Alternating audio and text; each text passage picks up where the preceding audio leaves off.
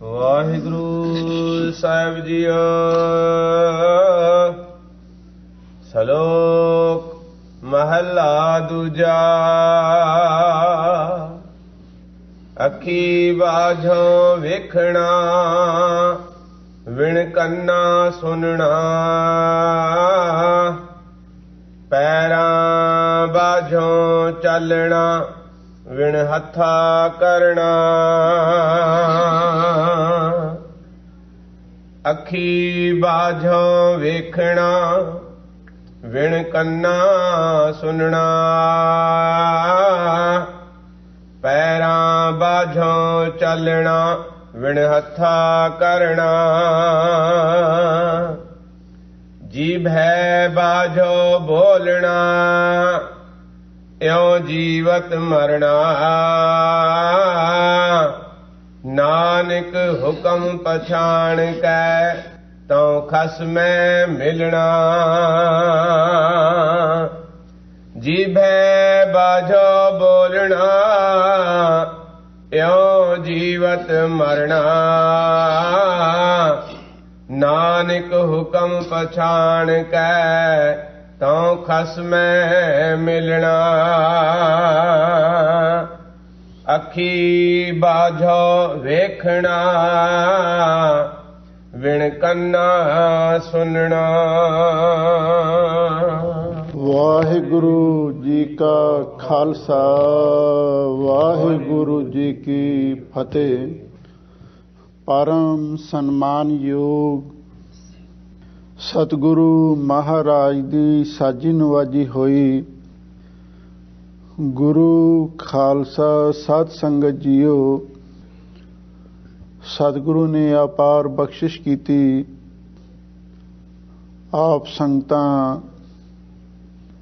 ਸਤਿਗੁਰੂ ਦੇ ਪਾਵਨ ਪਵਿੱਤਰ ਸੋਹਣੇ ਦਰਬਾਰ ਦੀਆਂ ਹਾਜ਼ਰੀਆਂ ਭਰ ਰਹੇ ਹੋ। ਸਤਿਗੁਰੂ ਦੀ ਪਵਿੱਤਰ ਬਾਣੀ ਦਾ ਫਰਮਾਨ ਹੈ, ਵੱਡ ਭਾਗੀ ਸਾਧ ਸੰਗ ਪ੍ਰਾਪਤ, ਤਿਨ ਭੇਟਤ ਦੁਰਮਤ ਖੋਈ। ਤਿਨ ਕੀ ਧੂਰ ਨਾਨਕ ਦਾਸ ਬਾਂਛੈ, ਜਿਨ ਹਰ ਨਾਮ ਹਿਰਦੈ ਪਰੋਈ। ਸਤ ਸੰਗਤ ਦੀਆਂ ਘੜੀਆਂ ਵੱਡਿਆਂ ਭਾਗਾਂ ਦੀ ਨਿਸ਼ਾਨੀ ਹੁੰਦੀ ਹੈ। ਸਤ ਸੰਗਤ ਵਿੱਚ ਆ ਕੇ ਪ੍ਰਾਪਤ ਕੀ ਹੁੰਦਾ ਹੈ? ਸਤ ਸੰਗਤ ਵਿੱਚ ਆਉਣ ਦੇ ਨਾਲ ਗੁਰੂ ਦੀ ਮੱਤ ਸਾਨੂੰ ਪ੍ਰਾਪਤ ਹੁੰਦੀ ਹੈ ਤੇ ਇਸ ਦੇ ਨਾਲ ਹੀ ਮਨ ਦੀ ਖੋਟੀ ਮੱਤ ਨਾਸ਼ ਵੀ ਹੁੰਦੀ ਹੈ। ਕਿਉਂ? ਇਹ ਕੁਦਰਤ ਦਾ ਨਿਯਮ ਹੈ। ਕਿਸੇ ਬਰਤਨ ਦੇ ਵਿੱਚ ਮੈਲਾ ਪਾਣੀ, ਗੰਦਾ ਪਾਣੀ ਭਰਿਆ ਹੋਵੇ, ਉਸ ਨੂੰ ਬਰਖਾ ਦੇ ਜਲ ਵਿੱਚ ਰੱਖ ਦਿਓ। ਜਿਵੇਂ ਜਿਵੇਂ ਬਰਖਾ ਦਾ ਨਿਰਮਲ ਜਲ ਉਸ ਬਰਤਨ ਦੇ ਵਿੱਚ ਪ੍ਰਵੇਸ਼ ਹੋਵੇਗਾ, ਉਸੇ ਤਰ੍ਹਾਂ ਗੰਦਾ ਪਾਣੀ ਨਿਕਲਣਾ ਸ਼ੁਰੂ ਹੋ ਜਾਵੇਗਾ। ਜਦੋਂ ਹਮੇਸ਼ਾ ਹੀ ਬਰਖਾ ਦਾ ਨਿਰਮਲ ਜਲ ਉਸ ਬਰਤਨ ਦੇ ਵਿੱਚ ਪਵੇਗਾ, ਇੱਕ ਨਾ ਇੱਕ ਦਿਨ ਫਿਰ ਉਹ ਸਾਰਾ ਹੀ ਪਾਣੀ ਨਿਰਮਲ ਹੋ ਜਾਵੇਗਾ। ਸਤ ਸੰਗਤ ਉਹ ਸਥਾਨ ਹੈ ਜਿੱਥੇ ਅੰਮ੍ਰਿਤ ਬਾਣੀ ਦੀ ਵਰਖਾ ਹੁੰਦੀ ਹੈ। ਝਿਮ ਝਿਮ ਵਰਸੈ ਅੰਮ੍ਰਿਤ ਧਾਰਾ, ਮਨ ਪੀਵੈ ਸੁਣ ਸ਼ਬਦ ਵਿਚਾਰਾ। ਵਡਭਾਗੀ ਗੁਰਸਿੱਖ ਮਾਈ ਭਾਈ ਆ ਕੇ ਗੁਰਬਾਣੀ ਦੀ ਵਿਚਾਰ ਸੁਣਦੇ ਹਨ, ਗੁਰਬਾਣੀ ਦੀ ਕਥਾ ਸੁਣਦੇ ਹਨ, ਗੁਰਬਾਣੀ ਦਾ ਕੀਰਤਨ ਤੇ ਪਾਠ ਵੀ ਸੁਣਦੇ ਹਨ। ਇਹਦੇ ਨਾਲ ਮਨ ਦੀ ਮੈਲ ਦੂਰ ਹੁੰਦੀ ਹੈ, ਮਨ ਦੇ ਪਾਪ, ਮਨ ਦੇ ਵਿਕਾਰ ਦੂਰ ਹੁੰਦੇ ਹਨ। ਇਸੇ ਲਈ ਪਾਣੀ ਤੇ ਬਾਣੀ ਇਹ ਦੋ ਬੜੀਆਂ ਹੀ ਅਮੋਲਕ ਦਾਤਾਂ ਹਨ। ਪਾਣੀ ਦੇ ਨਾਲ ਸਰੀਰ ਸ਼ੁੱਧ ਹੁੰਦਾ ਹੈ, ਅਤੇ ਬਾਣੀ ਦੇ ਨਾਲ ਮਨ ਸ਼ੁੱਧ ਹੋ ਜਾਂਦਾ ਹੈ। ਜਿਸ ਦਾ ਤਨ ਵੀ ਤੇ ਮਨ ਸ਼ੁੱਧ ਹੋ ਜਾਵੇ, ਜੀਉ ਨਿਰਮਲ ਬਾਹਰੋਂ ਨਿਰਮਲ, ਬਾਹਰੋਂ ਤਾਂ ਨਿਰਮਲ ਜੀਉ ਨਿਰਮਲ ਸਤਿਗੁਰ ਦੀ ਕਰਨੀ ਕਮਾਣੀ, ਉਹ ਇਸ ਲੋਕ ਦੇ ਵਿੱਚ ਵੀ ਪ੍ਰਵਾਨ ਹੋ ਜਾਂਦਾ ਹੈ ਤੇ ਪਰਲੋਕ ਦੇ ਵਿੱਚ ਵੀ ਪ੍ਰਵਾਨ ਹੋ ਜਾਂਦਾ ਹੈ। ਧੰਨ ਗੁਰੂ ਨਾਨਕ ਦੇਵ ਮਹਾਰਾਜ ਸੱਚੇ ਪਾਤਸ਼ਾਹ ਜਾਹਰ ਪੀਰ ਜਗਤ ਗੁਰ ਬਾਬਾ ਮਾਝ ਰਾਗ ਦੀ ਵਾਰ ਦੇ ਅੰਦਰ, ਕਿਉਂਕਿ ਇਹ ਵਾਰ ਮਹੱਲੇ ਪਹਿਲੇ ਦੀ ਹੈ, ਪਹਿਲਾਂ ਵਾਰ ਦੇ ਵਿੱਚ ਕੇਵਲ ਪੌੜੀਆਂ ਹੀ ਹੁੰਦੀਆਂ ਸਨ। ਗੁਰੂ ਅਰਜਨ ਦੇਵ ਮਹਾਰਾਜ ਸੱਚੇ ਪਾਤਸ਼ਾਹ ਨੇ ਉਹਨਾਂ ਵਾਰਾਂ ਦੇ ਨਾਲ ਸ਼ਲੋਕ ਵੀ ਸਮਿਲਿਤ ਕਰ ਦਿੱਤੇ। ਇਸ ਮਾਝ ਰਾਗ ਦੀ ਵਾਰ ਦੇ ਜਿਹੜੇ ਸ਼ਲੋਕ ਹਨ ਔਰ ਉਹ ਗੁਰੂ ਨਾਨਕ ਸਾਹਿਬ ਜੀ ਦੇ ਵਧੇਰੇ ਹਨ, ਪਰ ਇਸ ਦੇ ਨਾਲ ਨਾਲ ਧੰਨ ਗੁਰੂ ਅੰਗਦ ਦੇਵ ਮਹਾਰਾਜ ਸੱਚੇ ਪਾਤਸ਼ਾਹ ਦੇ ਵੀ ਕੁਝ ਸ਼ਲੋਕ ਆਏ ਹਨ। ਇਹ ਸ਼ਲੋਕ ਜਿਸ ਦਾ ਪਾਠ ਆਪ ਸੰਗਤਾਂ ਨੇ ਸਰਵਣ ਕੀਤਾ ਹੈ, ਇਹ ਧੰਨ ਗੁਰੂ ਅੰਗਦ ਦੇਵ ਮਹਾਰਾਜ ਸੱਚੇ ਪਾਤਸ਼ਾਹ ਦਾ ਪਾਵਨ ਪਵਿੱਤਰ ਸ਼ਲੋਕ ਹੈ। ਸਤਿਗੁਰੂ ਦੇ ਚਰਨਾਂ ਦੇ ਵਿੱਚ ਗੁਰਸਿੱਖਾਂ ਨੇ ਬੇਨਤੀ ਕੀਤੀ, ਐ ਗਰੀਬ ਨਵਾਜ਼ ਸਤਿਗੁਰੂ ਜੀਓ, ਸਾਨੂੰ ਇਹ ਦੱਸੋ ਉਸ ਅਕਾਲ ਪੁਰਖ ਵਾਹਿਗੁਰੂ ਦੇ ਨਾਲ ਮਿਲਾਪ ਕਿਵੇਂ ਹੋ ਸਕਦਾ ਹੈ। ਤਾਂ ਸਤਿਗੁਰੂ ਦਾ ਜਵਾਬ ਸੀ, ਵਾਹਿਗੁਰੂ ਦੇ ਹੁਕਮ ਨੂੰ ਪਛਾਣ ਕੇ ਖਸਮ ਦੇ ਨਾਲ ਮਿਲਾਪ ਹੁੰਦਾ ਹੈ। ਹੁਕਮ ਦੀ ਪਛਾਣ ਕਿਵੇਂ ਹੁੰਦੀ ਹੈ? ਹੁਕਮ ਦੀ ਪਛਾਣ ਹੁੰਦੀ ਹੈ ਜੀਵਤ ਭਾਵ ਤੋਂ ਮਰ ਕੇ। ਜਿਹੜਾ ਮਨੁੱਖ ਜਿਉਂਦੇ ਜੀ ਮਰਨ ਦੀ ਕਲਾ ਸਿੱਖ ਲੈਂਦਾ ਹੈ ਔਰ ਉਹ ਵਾਹਿਗੁਰੂ ਦੇ ਹੁਕਮ ਨੂੰ ਪਛਾਣਦਾ ਹੈ, ਤੇ ਜਿਹੜਾ ਹੁਕਮ ਨੂੰ ਪਛਾਣ ਲਵੇ ਉਹਦਾ ਖਸਮ ਦੇ ਨਾਲ ਮਿਲਾਪ ਹੋ ਜਾਂਦਾ ਹੈ। ਹੁਣ ਸਤਿਗੁਰੂ ਦੇ ਚਰਨਾਂ ਵਿੱਚ ਗੁਰਸਿੱਖਾਂ ਨੇ ਬੇਨਤੀ ਕੀਤੀ, ਸੱਚੇ ਪਾਤਸ਼ਾਹ ਜੀਵਤ ਭਾਵ ਤੋਂ ਕਿਵੇਂ ਮਰਿਆ ਜਾ ਸਕਦਾ ਹੈ? ਜਿਉਂਦੇ ਜੀ ਆਪਣੇ ਸਰੀਰ ਦੇ ਨਾਲੋਂ ਕਿਵੇਂ ਮਰਿਆ ਜਾ ਸਕਦਾ ਹੈ? ਧੰਨ ਗੁਰੂ ਅੰਗਦ ਦੇਵ ਮਹਾਰਾਜ ਸੱਚੇ ਪਾਤਸ਼ਾਹ ਇਸ ਦਾ ਜੋ ਵੀ ਸਮਾਧਾਨ ਕਰਦੇ ਹਨ ਉਹ ਆਪ ਸੰਗਤਾਂ ਪ੍ਰੇਮ ਦੇ ਨਾਲ ਸੁਣੋ ਤੇ ਇੱਕ ਵਾਰੀ ਪਿਆਰ ਦੇ ਨਾਲ ਆਖੋ, ਸਤਿਨਾਮ ਸ੍ਰੀ ਵਾਹਿਗੁਰੂ ਸਾਹਿਬ ਜੀਓ। ਸ਼ਲੋਕ ਮਹਲਾ ਦੂਜਾ। ਅੱਖੀ ਬਾਝੋਂ ਵੇਖਣਾ, ਵਿਣ ਕੰਨਾ ਸੁਣਨਾ। ਸਾਹਿਬ ਸਤਿਗੁਰੂ ਧੰਨ ਗੁਰੂ ਅੰਗਦ ਦੇਵ ਮਹਾਰਾਜ ਸੱਚੇ ਪਾਤਸ਼ਾਹ ਫਰਮਾਉਂਦੇ ਹਨ, ਗੁਰਮੁਖੋ ਜੀਵਤ ਭਾਵ ਤੋਂ ਮਰਨ ਦੇ ਲਈ ਅੱਖੀ ਬਾਝੋਂ ਵੇਖਣਾ, ਆ ਕੋਈ ਸਾਨੂੰ ਕਰਨਾ ਪਵੇਗਾ। ਅੱਖਾਂ ਤੋਂ ਬਿਨਾ ਤੁਹਾਨੂੰ ਵੇਖਣਾ ਪੈਣਾ ਹੈ। ਇੱਕ ਬੜੀ ਰਹੱਸਮਈ ਗੱਲ ਗੁਰੂ ਮਹਾਰਾਜ ਸੱਚੇ ਪਾਤਸ਼ਾਹ ਬਿਆਨ ਕਰ ਰਹੇ ਹਨ। ਹਜ਼ੂਰ ਕਹਿੰਦੇ ਅੱਖੀ ਬਾਝੋਂ ਵੇਖਣਾ, ਤੁਹਾਨੂੰ ਅੱਖਾਂ ਤੋਂ ਬਿਨਾ ਹੀ ਵੇਖਣਾ ਪੈਣਾ ਹੈ। ਜੇ ਤੁਸੀਂ ਜੀਵਤ ਭਾਵ ਤੋਂ ਮਰਨਾ ਚਾਹੁੰਦੇ ਹੋ, ਇਹਨਾਂ ਬਾਹਰਲੀਆਂ ਅੱਖਾਂ ਤੋਂ ਬਿਨਾ ਹੀ ਤੁਹਾਨੂੰ ਵੇਖਣਾ ਪਏਗਾ। ਨੰਬਰ 2 ਤੇ ਸਤਿਗੁਰੂ ਕਹਿੰਦੇ ਨੇ ਵਿਣ ਕੰਨਾਂ ਸੁਣਨਾ, ਤੇ ਬਾਹਰਲੇ ਕੰਨਾਂ ਤੋਂ ਬਿਨਾ ਹੀ ਤੁਹਾਨੂੰ ਸੁਣਨਾ ਪਵੇਗਾ। ਅਤੇ ਤੀਸਰੇ ਨੰਬਰ ਤੇ ਪੈਰਾਂ ਬਾਝੋਂ ਚੱਲਣਾ। ਸਤਿਗੁਰੂ ਕਹਿੰਦੇ ਨੇ ਭਾਈ ਬਾਹਰਲੇ ਪੈਰਾਂ ਤੋਂ ਬਿਨਾ ਹੀ ਤੁਹਾਨੂੰ ਪੰਧ ਤੈਅ ਕਰਨਾ ਪੈਣਾ ਹੈ। ਵਿਣ ਹੱਥਾਂ ਕਰਨਾ, ਤੇ ਬਿਨਾਂ ਹੀ ਹੱਥਾਂ ਤੋਂ ਤੁਹਾਨੂੰ ਕੰਮ ਕਰਨਾ ਪੈਣਾ। ਇਹ ਗੱਲਾਂ ਬੜੀਆਂ ਅਜੀਬ ਗੁਰੂ ਮਹਾਰਾਜ ਸੱਚੇ ਪਾਤਸ਼ਾਹ ਬਿਆਨ ਕਰ ਰਹੇ ਹਨ। ਪੰਜਵੇਂ ਨੰਬਰ ਤੇ ਆਖਦੇ ਨੇ ਜੀਭੈ ਬਾਝੋਂ ਬੋਲਣਾ। ਗੁਰਮੁਖੋ, ਜ਼ੁਬਾਨ ਤੋਂ ਬਿਨਾਂ ਹੀ ਤੁਹਾਨੂੰ ਬੋਲਣਾ ਪਵੇਗਾ। ਇਉਂ ਜੀਵਤ ਮਰਨਾ, ਇਸ ਢੰਗ ਦੇ ਨਾਲ ਜੀਵਤ ਭਾਵ ਤੋਂ ਮਰਿਆ ਜਾਣਾ। ਹੁਣ ਇਹ ਤੇ ਇੱਕ ਸਾਧਾਰਨ ਜੀ ਗੱਲ ਗੁਰੂ ਮਹਾਰਾਜ ਸੱਚੇ ਪਾਤਸ਼ਾਹ ਨੇ ਸਾਨੂੰ ਦੱਸ ਦਿੱਤੀ, ਪਰ ਇਹਦੇ ਵਿੱਚ ਜੋ ਡੂੰਘਾ ਸਿਧਾਂਤ ਹੈ ਉਹ ਕੀ ਹੈ, ਉਹਦੇ ਬਾਰੇ ਸਾਨੂੰ ਥੋੜ੍ਹੀ ਜਿਹੀ ਹੋਰ ਡੂੰਘੀ ਵਿਚਾਰ ਕਰਨੀ ਪਵੇਗੀ। ਧੰਨ ਗੁਰੂ ਅੰਗਦ ਦੇ ਮਹਾਰਾਜ ਸੱਚੇ ਪਾਤਸ਼ਾਹ ਫਰਮਾਉਂਦੇ ਹਨ, ਅੱਖੀ ਬਾਝੋਂ ਵੇਖਣਾ। ਜੇ ਤੁਸੀਂ ਜੀਵਤ ਭਾਵ ਤੋਂ ਮਰਨਾ ਚਾਹੁੰਦੇ ਹੋ, ਅੱਖਾਂ ਤੋਂ ਬਿਨਾਂ ਤੁਹਾਨੂੰ ਵੇਖਣਾ ਪਵੇਗਾ। ਇਹਦਾ ਮਤਲਬ ਇਹ ਹੈ, ਇੱਕ ਅੱਖਾਂ ਇਹ ਨੇ ਜਿਨ੍ਹਾਂ ਦੇ ਨਾਲ ਅਸੀਂ ਸੰਸਾਰ ਦੇ ਰੰਗ ਰੂਪ ਦੇਖਦੇ ਹਾਂ। ਇੱਕ ਇਹ ਅੱਖਾਂ ਨੇ ਜਿਨ੍ਹਾਂ ਦੇ ਨਾਲ ਅਸੀਂ ਇਸ ਸੰਸਾਰ ਨੂੰ, ਦੁਨੀਆ ਨੂੰ, ਸਥੂਲ ਸ੍ਰਿਸ਼ਟੀ ਨੂੰ ਵੇਖਦੇ ਹਾਂ।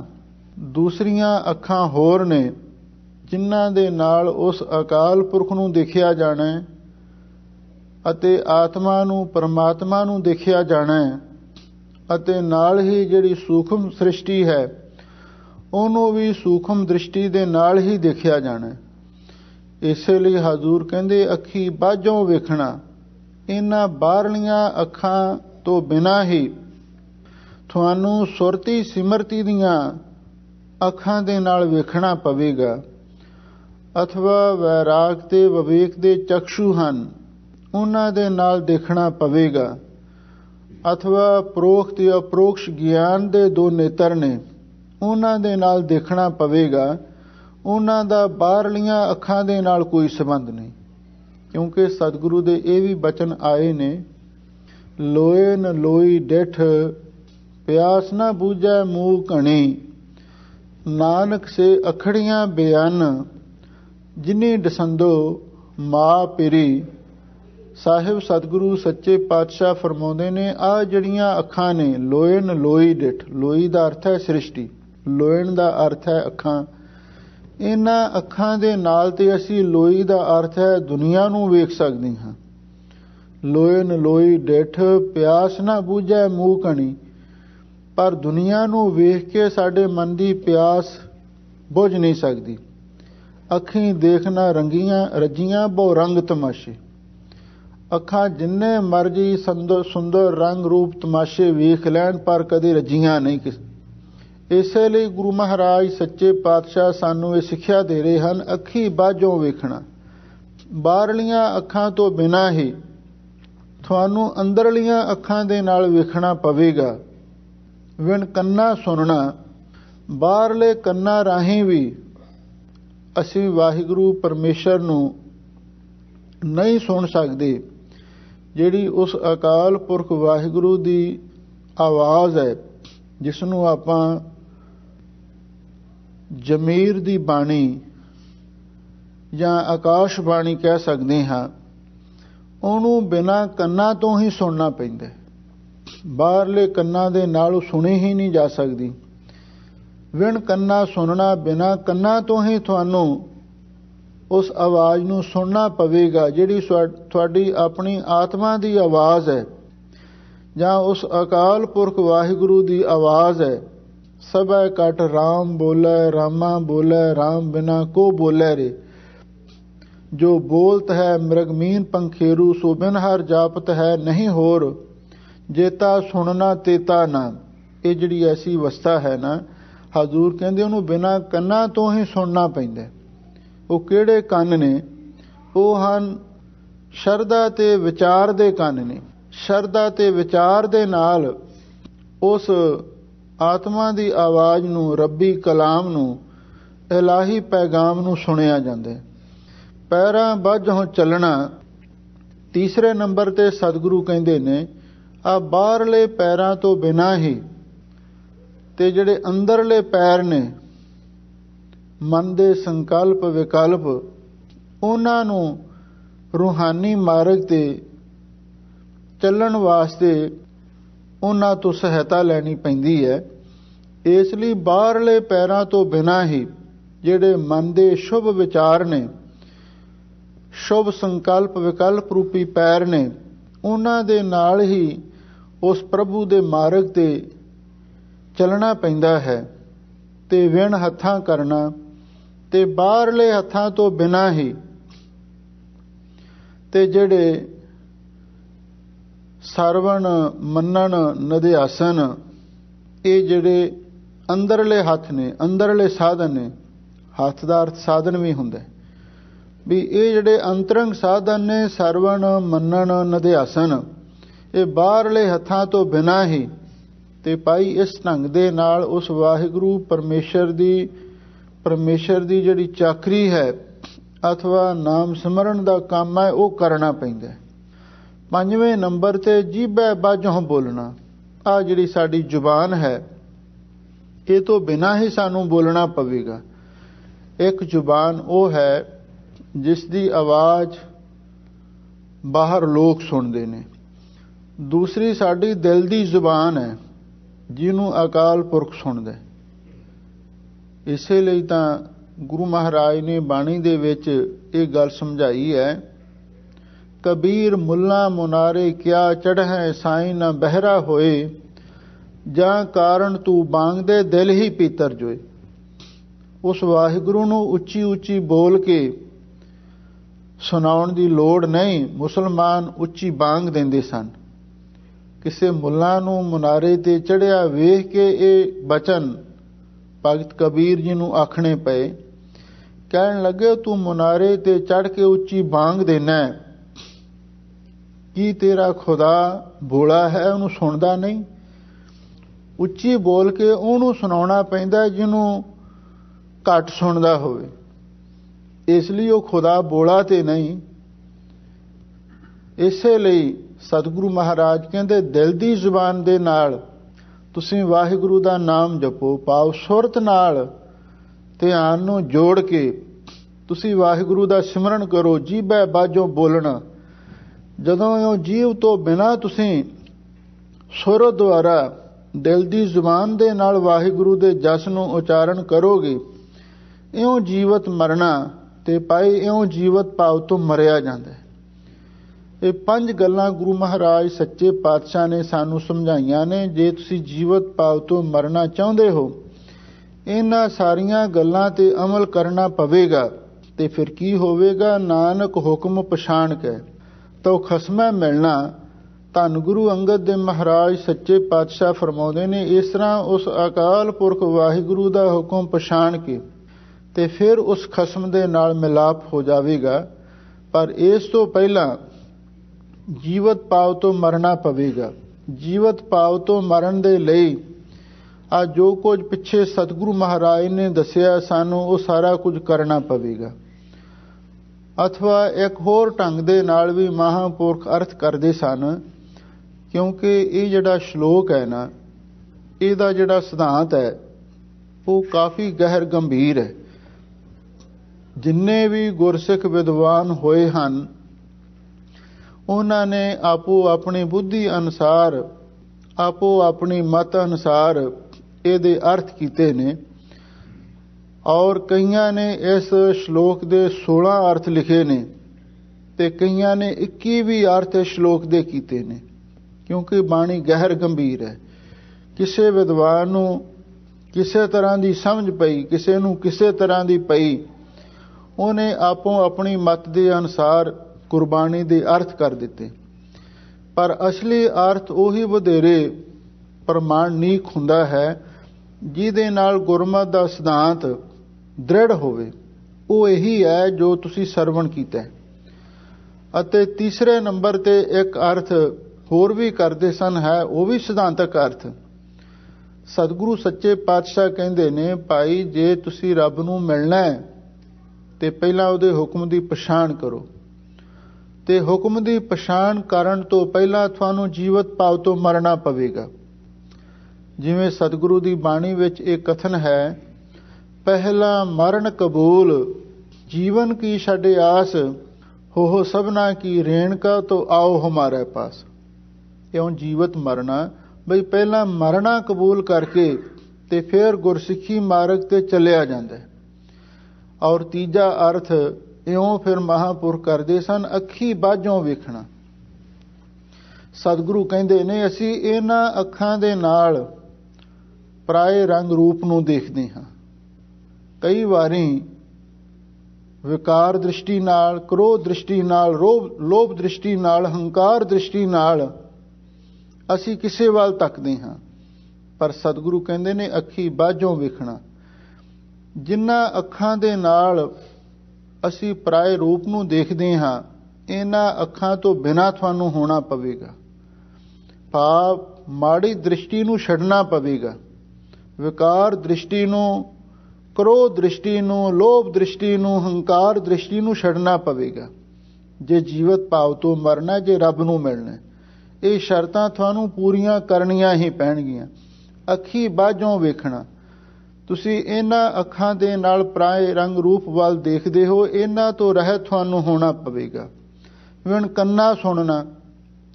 ਤੁਸੀਂ ਆਪਣੇ ਕੰਨਾਂ ਦੇ ਨਾਲ ਆਪਣੀ ਉਸਤਤ, ਦੂਸਰੇ ਦੀ ਨਿੰਦਿਆ ਸੁਣਦੇ ਹੋ, ਪਰ ਸਤਿਗੁਰੂ ਕਹਿੰਦੇ ਇਹ ਵੀ ਛੱਡਣੀ ਪਵੇਗੀ।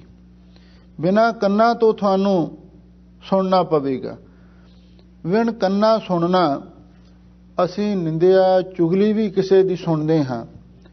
ਕਈ ਵਾਰੀ ਭੈੜੇ ਗੀਤ, ਸੰਗੀਤ ਤੇ ਗਾਲਾਂ ਵੀ ਸੁਣਦੇ ਹਾਂ, ਪਰ ਸਤਿਗੁਰੂ ਕਹਿੰਦੇ ਇਹਨਾਂ ਕੰਨਾਂ ਤੋਂ ਬਿਨਾਂ ਤੁਹਾਨੂੰ ਹੋਣਾ ਪਵੇਗਾ।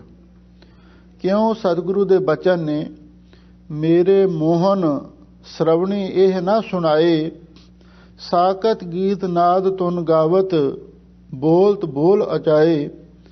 ਜਿਹੜੇ ਸਾਕਤ ਪੁਰਸ਼ ਸੰਗੀਤ ਦੀਆਂ ਧੁਨਾਂ ਦੇ ਨਾਲ ਬੜੇ ਅਜਾਇਬ ਬੇਥਵੇ ਬੋਲ ਬੋਲਦੇ ਨੇ, ਭਾਵ ਜਿਹੜੇ ਸਾਡੇ ਆ ਕਲਾਕਾਰ ਨੇ ਤੇ ਕਹਿੰਦੇ ਨੇ ਵੀ ਅਸੀਂ ਸੱਭਿਆਚਾਰਕ ਪ੍ਰੋਗਰਾਮ ਪੇਸ਼ ਕਰਦੇ ਹਾਂ, ਪਰ ਉਹ ਇਹੋ ਜਿਹੀਆਂ ਅਸ਼ਲੀਲ ਗੱਲਾਂ ਵੀ ਕਰ ਜਾਂਦੇ ਨੇ ਤੇ ਜਿਹੜੇ ਸ਼ਰੀਫ ਬੰਦੇ ਨੇ, ਸਦਾਚਾਰੀ ਮਨੁੱਖ ਨੇ, ਉਹਨਾਂ ਨੂੰ ਬਰਦਾਸ਼ਤ ਕਰਨਾ ਔਖਾ ਹੋ ਜਾਂਦਾ ਹੈ।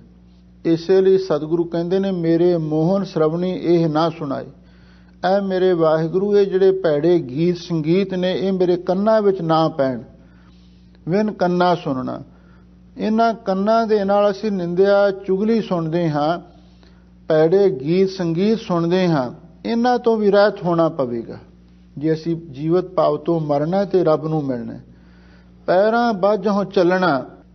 ਹਜ਼ੂਰ ਕਹਿੰਦੇ ਨੇ ਤੁਸੀਂ ਇਹਨਾਂ ਪੈਰਾਂ ਦੇ ਨਾਲ ਮਾੜੇ ਪਾਸੇ ਵੀ ਜਾਂਦੇ ਹੋ, ਕੁਸੰਗਤ ਵਿੱਚ ਵੀ ਜਾਂਦੇ ਹੋ, ਸ਼ਰਾਬਾਂ ਦੇ ਠੇਕਿਆਂ ਤੇ ਵੀ ਜਾਂਦੇ ਹੋ, ਵਿਸਵਾਂ ਦੇ ਦਰਾਂ ਤੇ ਵੀ ਜਾਂਦੇ ਹੋ, ਭੈੜੇ ਭੈੜੇ ਪਾਸੇ ਜਾਂਦੇ ਹੋ। ਹਜ਼ੂਰ ਕਹਿੰਦੇ ਇਹਨਾਂ ਪੈਰਾਂ ਤੋਂ ਵੀ ਤੁਹਾਨੂੰ ਰਹਿਤ ਹੋਣਾ ਪਵੇਗਾ।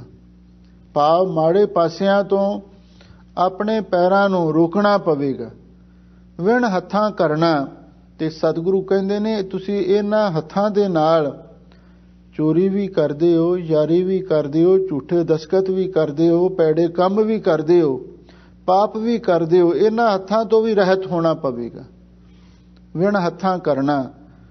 ਔਰ ਫਿਰ ਇਸ ਦੇ ਨਾਲ ਹੀ ਜੀਭੇ ਬਾਝੋਂ ਬੋਲਣਾ। ਤੁਸੀਂ ਆਪਣੀ ਜ਼ੁਬਾਨ ਤੋਂ ਮੰਦਾ ਚੰਗਾ ਬੋਲਦੇ ਹੋ, ਤੁਸੀਂ ਕਈ ਵਾਰੀ ਕਿਸੇ ਦੀ ਨਿੰਦਿਆ ਕਰਦੇ ਹੋ, ਝੂਠ ਬੋਲਦੇ ਹੋ, ਇਹ ਵੀ ਤੁਹਾਨੂੰ ਕੰਮ ਛੱਡਣਾ ਪਵੇਗਾ। ਜੀਭੇ ਬਾਝੋਂ ਬੋਲਣਾ। ਤੁਸੀਂ ਆਪਣੀ ਜ਼ੁਬਾਨ ਤੋਂ ਜਦੋਂ ਫਿੱਕਾ ਬੋਲਦੇ ਹੋ, ਮੰਦਾ ਚੰਗਾ ਬੋਲਦੇ ਹੋ, ਔਰ ਇਹਦੇ ਨਾਲ ਵੀ ਦੂਜੇ ਦਾ ਮਨ ਵੀ ਦੁਖੀ ਹੁੰਦਾ ਹੈ, ਤੁਹਾਡਾ ਆਪਣਾ ਮਨ ਵੀ ਅਸ਼ਾਂਤ ਹੁੰਦਾ। ਜਦੋਂ ਅਸੀਂ ਕਿਸੇ ਨੂੰ ਫਿੱਕਾ ਬੋਲਦੇ ਹਾਂ, ਕੌੜਾ ਬੋਲਦੇ ਹਾਂ, ਕਿਸੇ ਦੀ ਸ਼ਾਨ ਦੇ ਖਿਲਾਫ ਬੋਲਦੇ ਹਾਂ, ਉਸ ਵੇਲੇ ਇਹ ਮਤ ਸੋਚੋ ਬਈ ਅਸੀਂ ਦੂਸਰੇ ਨੂੰ ਕੋਈ ਸਜ਼ਾ ਦੇ ਰਹੇ ਹਾਂ ਜਾਂ ਦੂਸਰੇ ਨੂੰ ਅਸੀਂ ਕੁਝ ਸਬਕ ਸਿਖਾ ਰਹੇ ਹਾਂ। ਨਹੀਂ, ਅਸੀਂ ਆਪਣਾ ਹੀ ਨੁਕਸਾਨ ਕਰ ਰਹੇ ਹਾਂ। ਸਾਡਾ ਆਪਣਾ ਮਨ ਅਸ਼ਾਂਤ ਹੁੰਦਾ। ਜਿਵੇਂ ਇੱਕ ਪੁਰਾਣੀ ਕਹਾਵਤ ਹੈ ਪੰਜਾਬੀ ਦੀ, ਜਦੋਂ ਹਾਂਡੀ ਉਬਲਦੀ ਆਪਣੇ ਕੰਢੇ ਸਾੜਦੀ ਹੈ। ਗੁੱਸੇ ਨਾਲ ਸਾਡਾ ਆਪਣਾ ਮਨ ਹੀ ਅਸ਼ਾਂਤ ਹੁੰਦਾ। ਜੀਭੇ ਬਾਝੋਂ ਬੋਲਣਾ। ਅਸੀਂ ਆਪਣੇ ਜ਼ੁਬਾਨ ਤੋਂ ਮੰਦਾ ਚੰਗਾ ਬੋਲਦੇ ਹਾਂ, ਝੂਠ ਬੋਲਦੇ ਹਾਂ, ਫਿੱਕਾ ਬੋਲਦੇ ਹਾਂ, ਕੌੜਾ ਬੋਲਦੇ ਹਾਂ, ਇਹਨੂੰ ਵੀ ਛੱਡਣਾ ਪਵੇਗਾ। ਇਉਂ ਜੀਵਤ ਮਰਨਾ ਤੇ ਭਾਈ ਇਹਨਾਂ 5 ਸ਼ਰਤਾਂ ਨੂੰ ਪੂਰੀਆਂ ਕਰਕੇ ਇਸ ਤਰ੍ਹਾਂ ਜੀਵਤ ਭਾਵ ਤੋਂ ਮਰਨਾ ਪਵੇਗਾ। ਤੇ ਸਾਹਿਬ ਸਤਿਗੁਰੂ ਸੱਚੇ ਪਾਤਸ਼ਾਹ ਅੱਗੇ ਫਰਮਾਉਂਦੇ ਨੇ, ਨਾਨਕ ਹੁਕਮ ਪਛਾਣ ਕੇ ਤੋ ਖਸਮੈ ਮਿਲਣਾ। ਇਸ ਢੰਗ ਦੇ ਨਾਲ ਉਸ ਮਾਲਕ ਦੇ ਹੁਕਮ ਨੂੰ ਪਛਾਣ ਕੇ, ਕਿਉਂਕਿ ਜਿੱਥੋਂ ਤੱਕ ਹੁਕਮ ਦੀ ਗੱਲ ਹੈ, ਸਤਿਗੁਰੂ ਦੇ ਬਚਨ ਨੇ, ਉਸ ਵਾਹਿਗੁਰੂ ਦਾ ਹੁਕਮ ਵਿਆਪਕ ਹੈ। ਹਰ ਸ਼ੈ ਤੇ, ਕੀੜੀ ਤੋਂ ਲੈ ਕੇ ਹਾਥੀ ਤੱਕ, ਇੱਕ ਕੱਖ ਤੋਂ ਲੈ ਕੇ ਸਾਰੀ ਬਨਾਸਪਤੀ ਤੱਕ, ਇੱਕ ਕਤਰੇ ਤੋਂ ਲੈ ਕੇ ਸਾਰੇ ਸਮੁੰਦਰਾਂ ਤੱਕ, ਇੱਕ ਹਵਾ ਦੀ ਲਹਿਰ ਤੋਂ ਲੈ ਕੇ ਸਾਰੀ ਹਵਾ ਤੱਕ, ਇੱਕ ਆਕਾਸ਼ ਤੋਂ ਲੈ ਕੇ ਤੇ ਸਾਰੇ ਆਕਾਸ਼ਾਂ ਤੱਕ, ਇੱਕ ਪਾਤਾਲ ਤੋਂ ਲੈ ਕੇ ਸਾਰੇ ਪਾਤਾਲਾਂ ਤੱਕ ਉਹ ਹੁਕਮ ਵਰਤ ਰਿਹਾ ਹੈ।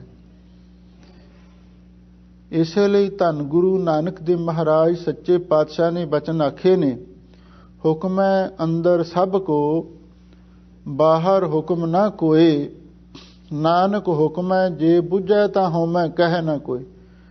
ਗੱਲ ਕੀ, ਕਿਸੇ ਕਵੀ ਨੇ ਇਹ ਗੱਲ ਸਪਸ਼ਟ ਕੀਤੀ ਹੈ, ਬਿਨਾ ਹੁਕਮ ਨੇ ਝੂਲੇ ਪਾਤਾ, ਸੋ ਹੋਵੇ ਜੋ ਕਰੇ ਵਿਦਾਤਾ। ਹੁਕਮ ਤੋਂ ਬਿਨਾ ਪਤਾ ਨਹੀਂ ਹਿਲਦਾ।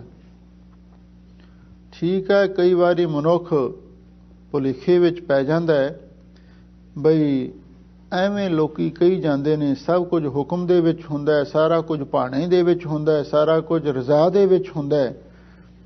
ਪਰ ਮਨੁੱਖ ਆਪਣੀ ਮਰਜ਼ੀ ਨਾਲ ਵੀ ਤੇ ਕਰਦਾ ਹੈ। ਪਰ ਇੱਕ ਗੱਲ ਯਾਦ ਰੱਖੋ, ਉਸ ਅਕਾਲ ਪੁਰਖ ਵਾਹਿਗੁਰੂ ਪਰਮੇਸ਼ਰ ਨੇ ਇਸ ਮਨੁੱਖ ਨੂੰ ਸਰਦਾਰੀ ਦਿੱਤੀ ਹੈ, ਤੇ ਸਰਦਾਰੀ ਦਾ ਮਤਲਬ ਹੈ ਸੁਤੰਤਰਤਾ।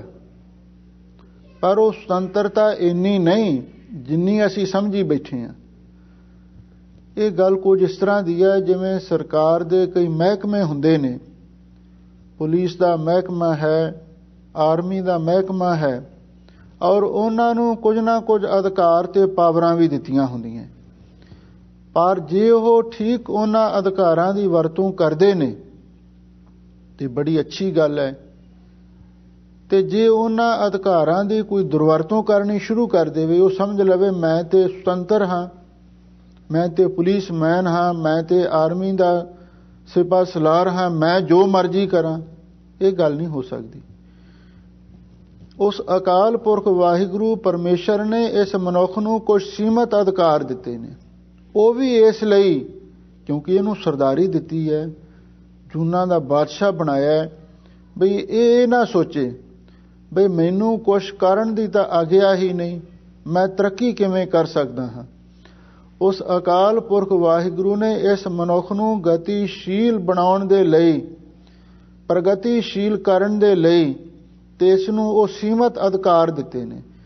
ਪਰ ਜਿਹੜੇ ਸੀਮਤ ਅਧਿਕਾਰਾਂ ਦੀ ਸਹੀ ਵਰਤੋਂ ਕਰਦੇ ਨੇ ਤੇ ਫਿਰ ਉਹ ਵਾਹਿਗੁਰੂ ਦੇ ਦਰ ਪ੍ਰਵਾਨ ਹੋ ਜਾਂਦੇ ਨੇ, ਤੇ ਜਿਹੜੇ ਉਹਨਾਂ ਅਧਿਕਾਰਾਂ ਦੀ ਦੁਰਵਰਤੋਂ ਕਰਦੇ ਨੇ, ਤੇ ਯਾਦ ਰੱਖੋ ਚਾਹੇ ਕੋਈ ਪੁਲਿਸਮੈਨ ਹੈ ਤੇ ਚਾਹੇ ਕੋਈ ਆਰਮੀ ਦਾ ਸਿਪਾਹੀ ਹੈ, ਜੇ ਕੋਈ ਕਿਸੇ ਕਾਨੂੰਨ ਦੀ ਉਲੰਘਣਾ ਕਰੇਗਾ ਤੇ ਸਜ਼ਾ ਦਾ ਉਹ ਵੀ ਹੱਕਦਾਰ ਹੁੰਦਾ ਹੈ। ਇਸੇ ਲਈ ਸਾਨੂੰ ਸੋਚ ਸਮਝ ਕੇ ਕੰਮ ਕਰਨੇ ਚਾਹੀਦੇ ਨੇ। ਸਾਹਿਬ ਸਤਿਗੁਰੂ ਸੱਚੇ ਪਾਤਸ਼ਾਹ ਫਰਮਾਉਂਦੇ ਹਨ ਵੀ ਇਸ ਤਰ੍ਹਾਂ ਸਾਰਿਆਂ ਉੱਤੇ ਵਾਹਿਗੁਰੂ ਦਾ ਹੁਕਮ ਵਰਤ ਰਿਹਾ ਹੈ, ਤੇ ਇਸ ਤਰ੍ਹਾਂ ਉਸ ਦੇ ਹੁਕਮ ਨੂੰ ਪਛਾਣ ਕੇ ਤੇ ਫਿਰ ਬਈ ਉਸ ਖਸਮ ਦੇ ਨਾਲ ਮਿਲਾਪ ਹੁੰਦਾ ਹੈ। ਮਹਲਾ ਦੂਜਾ, ਦਿਸੈ ਸੁਣੀਐ ਜਾਣੀਐ, ਸਾਉ ਨਾ ਪਾਇਆ ਜਾਏ। ਹੁਣ ਦੂਸਰੇ ਸ਼ਲੋਕ ਦੇ ਅੰਦਰ ਧੰਨ ਗੁਰੂ ਅੰਗਦ ਦੇਵ ਮਹਾਰਾਜ ਸੱਚੇ ਪਾਤਸ਼ਾਹ ਫਰਮਾਉਂਦੇ ਹਨ ਬਈ ਦੇਖ ਲਓ, ਇਹ ਵੀ ਬੜੀ ਇੱਕ ਅਜੀਬ ਗੱਲ ਹੈ। ਦਿਸੈ ਸੁਣੀਐ ਜਾਣੀਐ, ਕਹਿੰਦੇ ਨੇ ਰੱਬ ਦਿਸਦਾ ਵੀ ਹੈ। ਜਿਨ੍ਹਾਂ ਤੇ ਵਾਹਿਗੁਰੂ ਦੀ ਕਿਰਪਾ ਹੁੰਦੀ ਹੈ ਉਹਨਾਂ ਮਹਾਂਪੁਰਖਾਂ ਨੂੰ ਵਾਹਿਗੁਰੂ ਦੇ ਦਰਸ਼ਨ ਵੀ ਹੋ ਜਾਂਦੇ ਨੇ। ਜਿਵੇਂ ਭਗਤ ਕਬੀਰ ਜੀ ਨੇ ਲਿਖਿਆ ਹੈ, ਦੋਏ ਦੋਏ ਲੋਚਨ ਪੇਖਾ, ਹੋਂ ਹਰ ਬਿਨ ਔਰ ਨਾ ਦੇਖਾ, ਨੈਣ ਰਹੇ ਰੰਗ ਲਾਈ, ਆ ਬੇਗਲ ਕਹਿਣ ਨਾ ਜਾਈ। ਜਿਹੜੇ ਬ੍ਰਹਮ ਗਿਆਨੀ ਨੇ ਉਹ ਤੇ ਉਸ ਵਾਹਿਗੁਰੂ ਤੋਂ ਬਿਨਾਂ ਹੋਰ ਕੋਈ ਦੇਖਦੇ ਹੀ ਨਹੀਂ। ਮਨ ਸਾਚਾ ਮੁਖ ਸਾਚਾ ਸੋਏ, ਅਵਰ ਨਾ ਪੇਖੈ ਏਕਸ ਬਿਨ ਕੋਏ। ਉਹਨਾਂ ਨੂੰ ਤੇ ਸਾਰੇ ਪਾਸੇ ਰੱਬ ਦਿਸਦਾ। ਜਤਰ ਜਤਰ ਮਨੋ ਜਾਤੀ, ਤਤਰ ਤਤਰ ਬ੍ਰਹਮ ਦ੍ਰਿਸ਼ਟਾਤੀ। ਅਸੀਂ ਇਹ ਗੱਲਾਂ ਸੁਣਦੇ ਹਾਂ, ਦਿਸੈ ਵੀ ਉਹ ਰੱਬ ਦਿਸਦਾ ਵੀ ਹੈ, ਜਿਨ੍ਹਾਂ ਤੇ ਵਾਹਿਗੁਰੂ ਕਿਰਪਾ ਕਰ ਦਿੰਦਾ ਉਹਨੂੰ ਉਹ ਰੱਬ ਪ੍ਰਤੱਖ ਹੋ ਕੇ ਵੀ ਦਿਸਦਾ ਤੇ ਸੁਣੀਐ। ਤੇ ਜਿਹੜੇ ਪਰਮੇਸ਼ਰ ਦੇ ਪਿਆਰੇ ਨੇ ਉਹ ਵਾਹਿਗੁਰੂ ਦੀ ਆਵਾਜ਼ ਵੀ ਸੁਣਦੇ ਨੇ।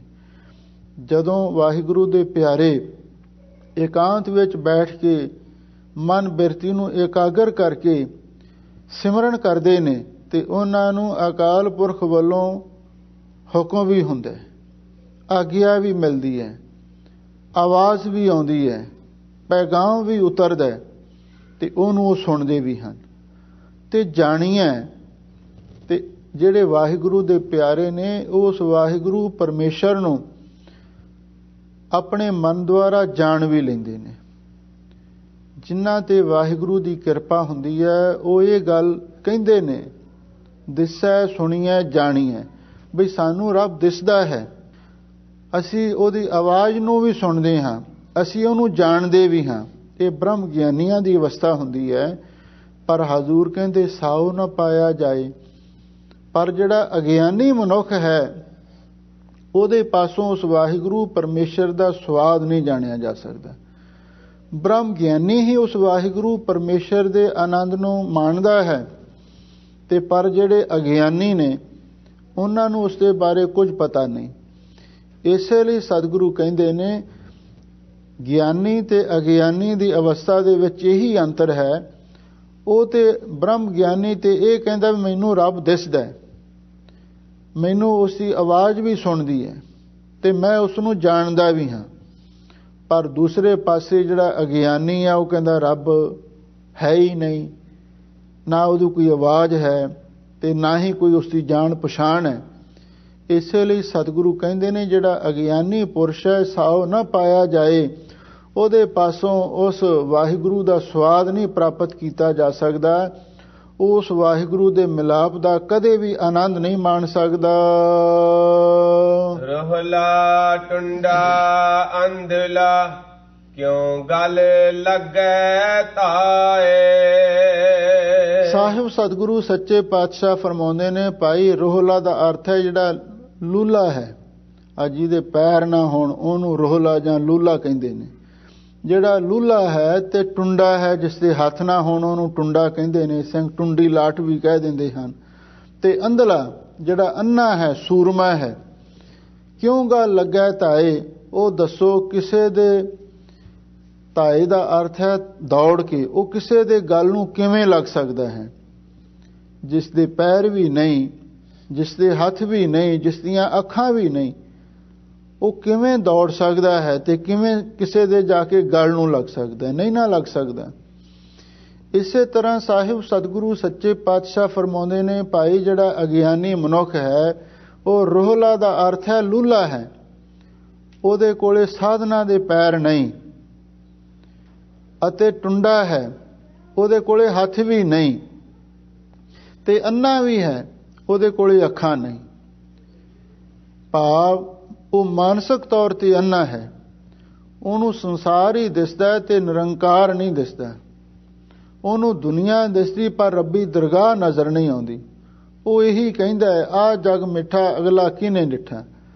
ਪਰ ਸਤਿਗੁਰੂ ਕਹਿੰਦੇ ਨੇ ਜਿਹੜਾ ਅੱਖਾਂ ਦੇ ਨਾਲ ਵੇਖ ਨਹੀਂ ਸਕਦਾ ਤੇ ਜਿਹੜਾ ਟੁੰਡਾ ਹੈ ਉਹ ਕਿਸੇ ਨੂੰ ਜਾ ਕੇ ਜੱਫੀ ਪਾ ਕੇ ਮਿਲ ਨਹੀਂ ਸਕਦਾ। ਤੇ ਰੋਹਲਾ ਦਾ ਅਰਥ ਜਿਹੜਾ ਲੂਲਾ ਹੈ ਜਿਹੜਾ ਤੁਰ ਵੀ ਨਹੀਂ ਸਕਦਾ। ਕਿਉਂ ਗੱਲ ਲੱਗੈ ਤਾਏ, ਉਹ ਦੱਸੋ ਕਿਵੇਂ ਦੌੜ ਕੇ ਕਿਸੇ ਦੇ ਗਲ ਦੇ ਨਾਲ ਲੱਗ ਸਕਦਾ ਹੈ। ਇਸੇ ਤਰ੍ਹਾਂ ਜਿਹੜਾ ਇਹ ਅਗਿਆਨੀ ਜੀਵ ਹੈ ਔਰ ਇਹ ਰੋਹਲਾ ਦਾ ਅਰਥ ਲੂਲਾ ਹੈ ਤੇ ਟੁੰਡਾ ਵੀ ਹੈ ਤੇ ਅੰਨਾ ਵੀ ਹੈ। ਇਹ ਦੱਸੋ ਕਿਵੇਂ ਉਸ ਵਾਹਿਗੁਰੂ ਦੇ ਗਲ ਨਾਲ ਧਾ ਕੇ ਲੱਗ ਸਕਦਾ? ਨਹੀਂ ਲੱਗ ਸਕਦਾ। ਪੈ ਕੇ ਚਰਨ ਕਰ ਭਾਵ ਕੇ ਲੋਇਣ ਸੁਰਤ ਕਰੇ। ਧੰਨ ਗੁਰੂ ਅੰਗਦ ਦੇ ਮਹਾਰਾਜ ਸੱਚੇ ਪਾਤਸ਼ਾਹ ਹੁਣ ਜਿਹੜੇ ਇਹ ਬਚਨ ਆਖੇ ਸਨ ਰੋਹਲਾ ਟੁੰਡਾ ਅੰਧਲਾ, ਵੀ ਜਿਹੜਾ ਲੂਲਾ ਹੋਵੇ, ਟੁੰਡਾ ਹੋਵੇ, ਅੰਨਾ ਹੋਵੇ, ਉਹ ਦੌੜ ਕੇ ਕਿਵੇਂ ਕਿਸੇ ਦੇ ਗਲ ਨੂੰ ਲੱਗ ਸਕਦਾ ਹੈ। ਪਰ ਸਤਿਗੁਰੂ ਕਹਿੰਦੇ ਹਾਂ ਇਹਦਾ ਉਪਾਅ ਹੈ। ਭੈ ਕੇ ਚਰਨ ਕਰ ਭਾਵ ਕੇ, ਜਿਹੜਾ ਲੂਲਾ ਹੈ ਉਹਨੂੰ ਚਾਹੀਦਾ ਵਾਹਿਗੁਰੂ ਦਾ ਜਿਹੜਾ ਨਿਰਮਲ ਭੈ ਹੈ, ਭੈ ਦੇ ਚਰਨ ਬਣਾ ਲਵੇ। ਕਿਉਂਕਿ ਪੈਰ ਦੋ ਹੁੰਦੇ ਨੇ ਮਨੁੱਖ ਦੇ, ਇਸੇ ਤਰ੍ਹਾਂ ਜਿਹੜਾ ਇੱਕ ਮਨ ਦਾ ਪੈ ਹੈ ਤੇ ਦੂਸਰਾ ਤਨ ਦਾ ਪੈ ਹੈ, ਪੈ ਕੇ ਚਰਨ, ਇਹ ਦੋ ਆਪਣੇ ਪੈਰ ਬਣਾ ਲਵੇ।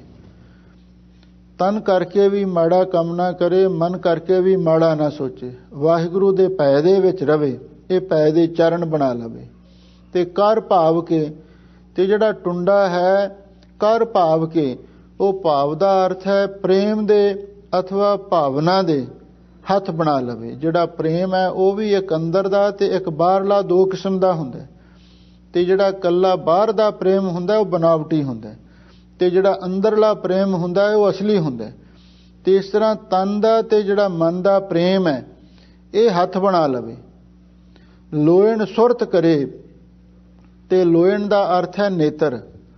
ਅੰਧਲਾ ਜਿਹੜਾ ਅੰਨਾ ਹੈ ਉਹ ਆਪਣੇ ਸੁਰਤ ਦੇ ਨੇਤਰਾਂ ਨੂੰ ਪ੍ਰਾਪਤ ਕਰ ਲਵੇ। ਭਾਵ ਜੇ ਉਹਨੂੰ ਬਾਹਰੋਂ ਨਹੀਂ ਦਿਸਦਾ ਤੇ ਆਪਣੀ ਸੁਰਤ ਨਾਲ ਵੇਖਣਾ ਸ਼ੁਰੂ ਕਰੇ, ਕਿਉਂਕਿ ਵਾਹਿਗੁਰੂ ਨਾ ਤੇ ਬਾਹਰਲੇ ਪੈਰਾਂ ਦੇ ਨਾਲ ਹੀ ਤੁਰ ਕੇ ਉਹਦੇ ਤੱਕ ਪਹੁੰਚਿਆ ਜਾ ਸਕਦਾ ਹੈ, ਤੇ ਨਾ ਹੀ ਇਹਨਾਂ ਹੱਥਾਂ ਦੇ ਨਾਲ ਉਸ ਨੂੰ ਛੋਹਿਆ ਜਾ ਸਕਦਾ ਹੈ, ਤੇ ਨਾ ਹੀ ਇਹਨਾਂ ਅੱਖਾਂ ਦੇ ਨਾਲ ਉਸ ਨੂੰ ਵੇਖਿਆ ਜਾ ਸਕਦਾ।